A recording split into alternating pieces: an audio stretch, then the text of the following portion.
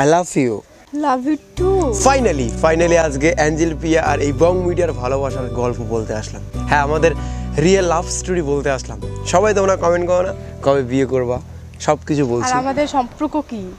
আমাদের সম্পর্ক অনেকেই ভাবে ভাই বোন, অনেকেই ভাবে গার্লফ্রেন্ড বয়ফ্রেন্ড, অনেকেই ভাবে বিয়ে করেছি। আজকে সবটা তোমাদের সামনে বলবো আমরা। আর আমি অ্যাঞ্জেল প্রিয়ার কাছে আজকে একটা জিনিস চাইবো, কোনোদিন চাইনি, ভিডিওতেই চাইবো, অন ক্যামেরায় চাইবো। তার আগে বলি, আমাদের প্রথম দেখা কোথায় হয় অ্যাঞ্জেল? আসলে ও আমার পিছনে 1 বছর টানা ঘুরতো, আমি পাত্তা দিতাম না। তারপর একদিন রাস্তায় হঠাৎ করে দেখা হয়, দেখা হওয়ার পরে আমাকে বলে, ওই তোর বাড়িটা কোথায় রে? আমি ওকে রাগ দেখায় বলছিলাম এটা কাটো। না কাটবো না, বলো না, ন্যাচারাল ভিডিও গাইস, তোমরা দেখো, বলো, রিয়েলটাই তুলে ধরতে হবে। না না, ও আমাকে বলছিল, আমি তারপর ওকে রিপ্লাই করছিলাম যে তোকে কেন বলবো রে? ও সাথে সাথে স্কুটি ঘুরে চলে গেছে। তারপরে তোমার বাড়ি এসে কি রিয়াকশন ছিল আমি যে এভাবে বলছিলাম? ডিটেলসে বলি, নাহলে মানুষ বুঝবে না। আমি আমাদের চান্দামারি প্রাণনাথ হাই স্কুল থেকে 12th পাস। ছাগল ম্যা, হোয়াট ইজ দিস? ছাগল ম্যা করে। আমি আমাদের চান্দামারি প্রাণনাথ হাই স্কুল থেকে 12th পাস করি। 12th পাস করার পরে কোচবিহার ডিএলএড কলেজে চান্স পাই। কেননা 12th পাস যে করি, মোটামুটি ভালো রেজাল্টে করি, স্কুল টপার হই আর কি। আমি ভালো একটা কলেজে চান্স পাই, সেই কলেজের নাম কোচবিহার ডায়েট কলেজ। সেই সময়টা যখন আমি আমার গ্রাম থেকে কলেজে যাই, মানে হোস্টেলে ছিলাম, হোস্টেলে যাই, আর যাওয়া আসা খুব হয়েছিল।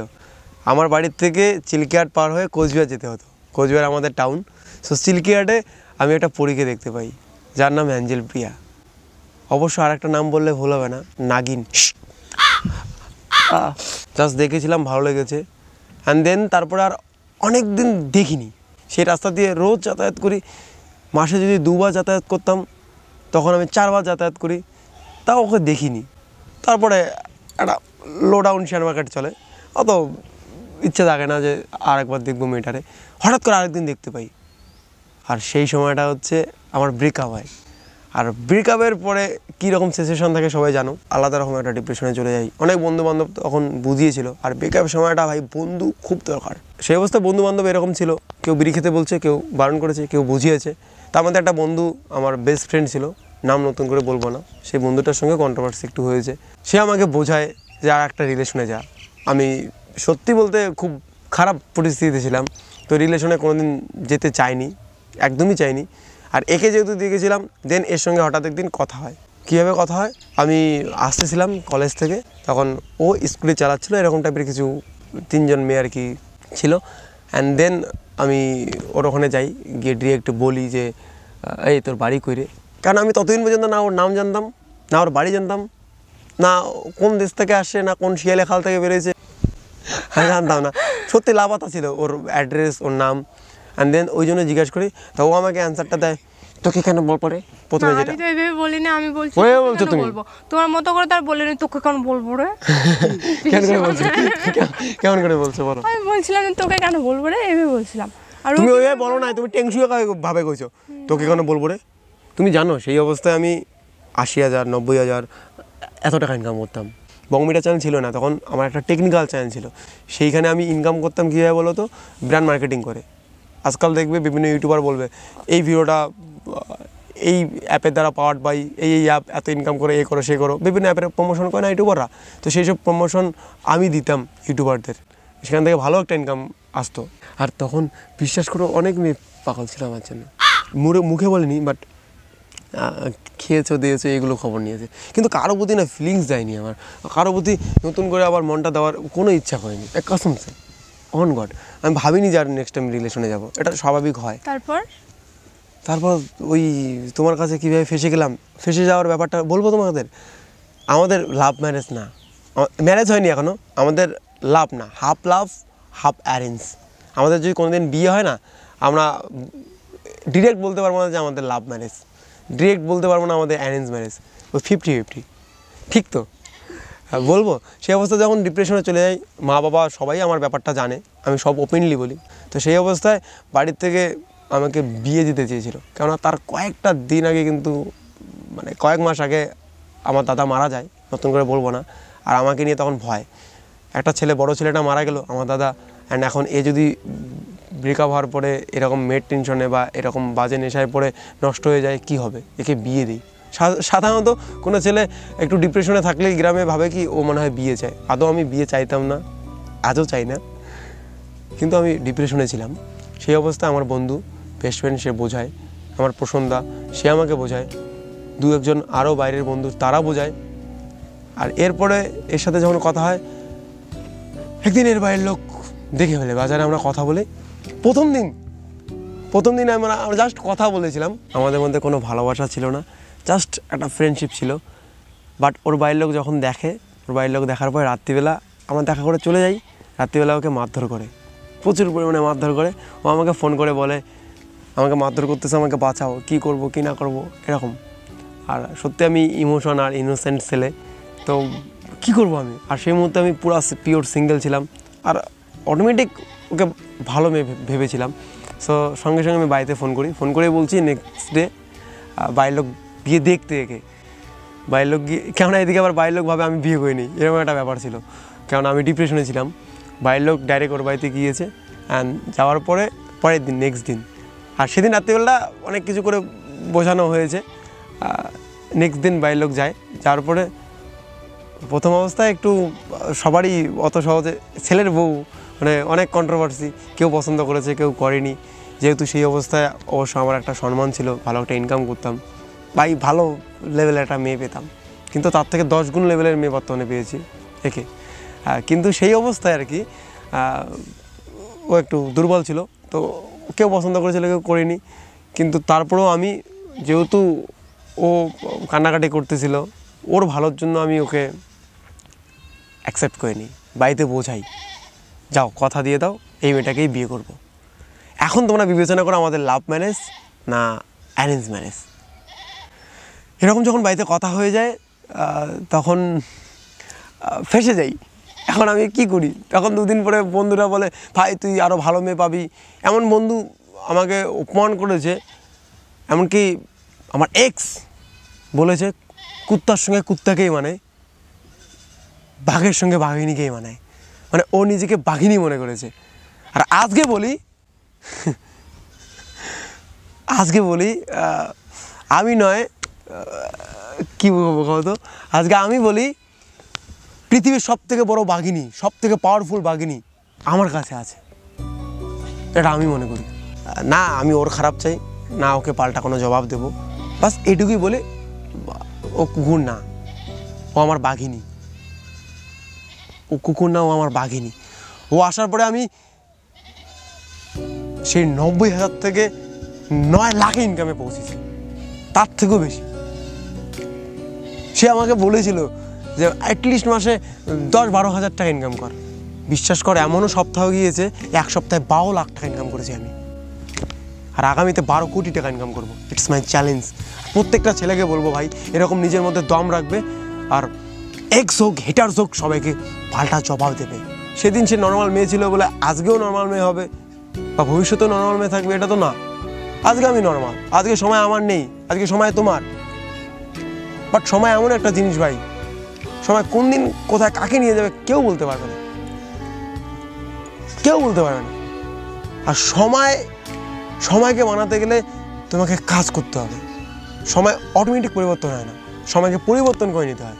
আমি চ্যালেঞ্জ নিই, ও 0-তে আছে তো ওকে আমি 100 লেভেলে নিয়ে যাব। তারপরে একের পর এক ওকে তৈরি করার জন্য আমি কি না করিনি। আমি নিজে প্রাইভেট পড়েছি, ওকে বাড়িতে মাস্টার দিয়েছি এর জন্য। বলো একবার মুখ ফুটে। হ্যাঁ দিয়েছি।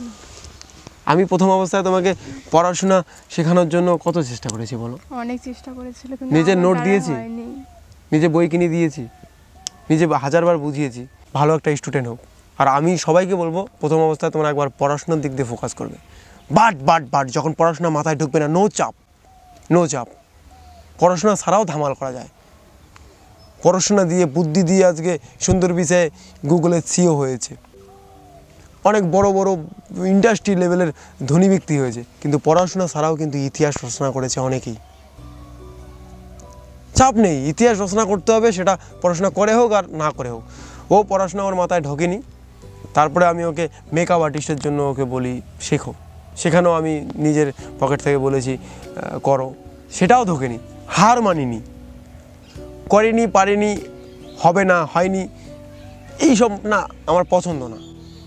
হবে কোনটা সেটা খুঁজে নিতে হবে, তারপরে ওকে অ্যাক্টিংয়ে নিয়ে আসি। বিশ্বাস করো ভাই, সব থেকে বড় কষ্ট এখানে হয়েছিল ভাই।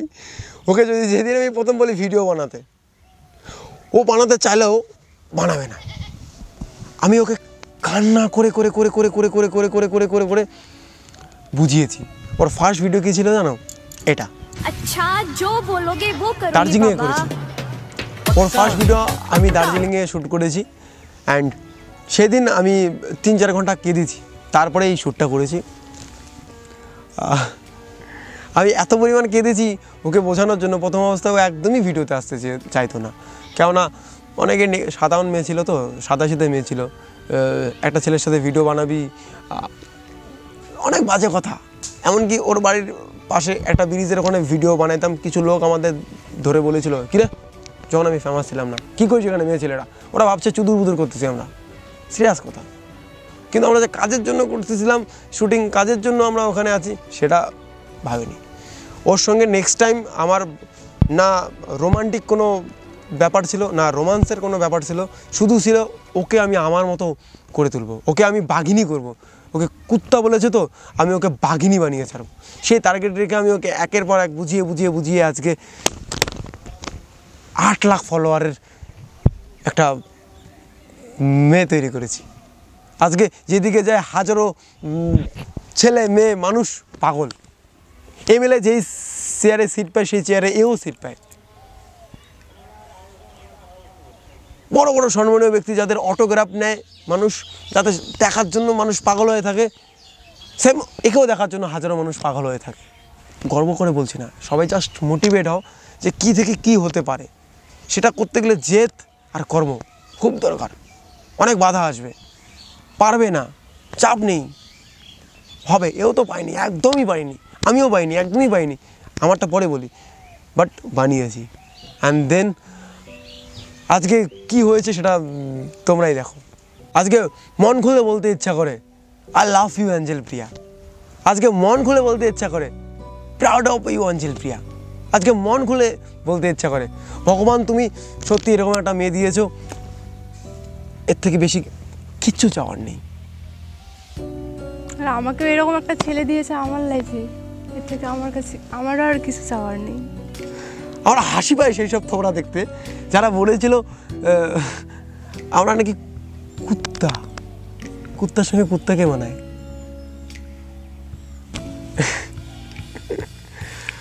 কীভাবে যে মানুষ একটা মানুষকে ইনসাল্ট করে। আজকে আমার জায়গাটা থাকলে ও আরও অনেক কথা বলতো, বাট আমরা কিন্তু একটা কথাও বলছি না, না ওকে কুত্তা বলছি, না ওকে হাঁস বলছি, না ওকে বিড়াল বলছি। বাস এইটুকু বলতে ইচ্ছা করে আমরা কুত্তা না, আমরা হাজারো মানুষের ইমোশন। অ্যাঞ্জেল প্রিয়া বং মিডিয়া হাজারো মানুষের ভালোবাসা, হাজারো মানুষের দুঃখ ভুলে যাওয়ার কারণ, হাজারো মানুষের মুখে হাসি ফোটার সম্বল, রাস্তা, চাবিকাঠি। হ্যাঁ, আমরা হাজারো মানুষের মুখে হাসি ফোটাই, হাজারো মানুষকে এন্টারটেন করি। হ্যাঁ, আমার এই কথাগুলো হাজারো মানুষের লাইফে কাজে দেয়, হাজারো মানুষ মোটিভেট হয়। অনেকে কমেন্ট করবে, এই কমেন্ট বক্স দেখো, তোমার কথাগুলো শুনে মোটিভেট হলাম।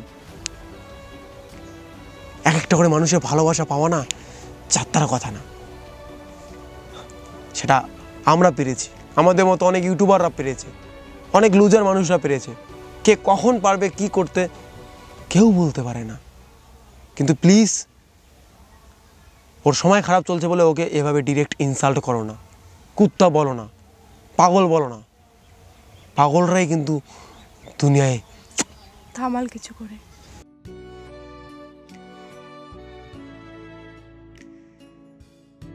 আমার ডায়লগ দিছে, আমার ডায়লগ দিছে, ধামাল কিছু করে। না, তোমার মুখে শুনতে ভালো লাগে। I love you. আমি তো বললাম, এখন তুমি বলো। এখন আমাদের পরবর্তী লাইফটার কথা বলবো, আমাদের বিয়ে কবে হবে। কিন্তু একজন বউ হিসাবে Angel Priya only one piece for me only. You are my one piece. তুমিও তো। আর এখন আমাদের একটা সত্যি কথা বলতে, বিয়ের প্ল্যান চলছে, তবে বিয়ে মনে হয় না 2-4 বছরেও করবো, 5-7 বছরে হবে কিনা সেটাও ঠিক নেই। কবে বিয়ে হবে তার কোনো ঠিক নেই, কেননা আমি এখন টার্গেট রাখতেছি কোটিতে খেলতে হবে। আমি এখন টার্গেট রাখতেছি, আমি কিছু করেছি, আমার পার্শ্ববর্তী যারা আছে, আমার ক্যামেরাম্যান প্রেম ভাই, পোষণদা, উজ্জ্বল ভাই, যত ছেলে আমার সাথে কাজ করে তাদেরকেও কোটিপতি লাখপতি বানার। আমি ভাবতেছি আমার পাশে যারা আছে শুধু তাদের না, আরও 10টা লোককে আমি কোটিপতি বানাবো, 10টা লোককে চাকরি দেবো, 10টা লোককে, যাদেরকে মানুষ এক কথায় নিম্ন লেভেলে ভাবে, যাদেরকে মানুষ অসহায় ভাবে, তাদেরকে আমি আমার কোম্পানিতে চাকরি দেবো, তাদেরকে আমি কাজ দেবো। সত্যি আমি পারবো, আমার বিশ্বাস আমি পারবো। প্লিজ আমাকে আশীর্বাদ করো।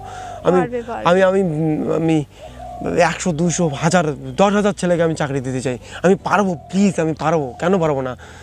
মুকেশ আম্বানিও মানুষ, আমিও মানুষ। মুকেশ আম্বানি যদি লক্ষ লক্ষ লোককে চাকরি দিতে পারে, আমি কেন পারবো না? প্লিজ প্রমিস, আমি প্লিজ। এই তোমার পারবেটাই আমার সবথেকে বড় দম। তোমার কিছু বৈশিষ্ট্য বলো। এই যে এরকম একটা লজ্জা, সাদাসিধা, ওর ওর পার্সোনালিটি সাদাসিধা। ওরা একটা সবথেকে বড় পার্সোনালিটি কী আছে বলো তো? ও না হিংসা জিনিসটা পছন্দ করে না। আমি যদি কারণ আমি একটা খারাপ কথা কই, ও শুনবেই না, ও শুনবেই না। ও মানুষকে হেট করা একদমই পছন্দ করে না। আমার শত্রুকে নিয়ে যদি আমি খারাপ কথা বলি, তাও ও শোনায় না। সবথেকে বেশি ভালো লাগে। আর ও অসহায় মানুষদের খুব সাপোর্ট করে। আমি যখন অসহায় মানুষদের হেল্প করতে চাই, তখন ও বিশ্বাস করো খুব সাপোর্ট করে। একটু রোমান্টিক টাইপের চলে যাই, রোমান্স চাও, কিস চাও, টাকা চাও, পয়সা চাও, ভালোবাসা চাও, না কী চাও বলো? তোমার কাছে আগে ভালোবাসা চাই। কীভাবে ভালোবাসা দেবো? কীভাবে বলে ভালোবাসা দেয় মানুষ? কীভাবে ভালোবাসে? দুজনকার মিল থাকতে হবে। তারপরে তুমি আমাকে কেয়ার করবে, আমি তোমাকে কেয়ার করব, ওটা ভালোবাসার মধ্যে পড়ে। হ্যাঁ, এইগুলো। তুমি একটা মেন জিনিস চাও, সেটা কিন্তু বললো না এখনো। কি গো?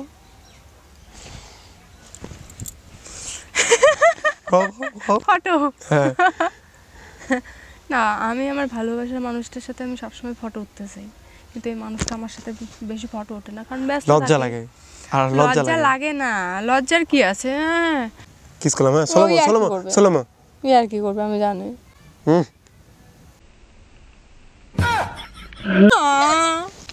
প্লিজ গো, এখানে real real real real real real কথা কও। হাই মুখত দাগাটা কিস করিস কা?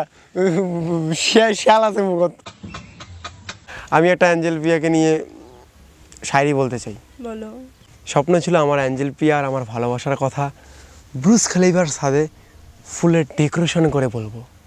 স্বপ্ন ছিল অ্যাঞ্জেল পিয়া আর আমার ভালোবাসার কথা ব্রুস খলিফার ছাদে ফুলের ডেকোরেশন করে বলবো। কিন্তু দেখো, কুত্তা শিয়াল যেখানে হাগে, সেখানে অ্যাঞ্জেল পিয়া আমার ভালোবাসার কথা চলছে। কিন্তু দেখো কুত্তা শিয়াল যেখানে হাগে, সেখানে বসে অ্যাঞ্জেল পিয়ার আমার ভালোবাসার কথা চলছে।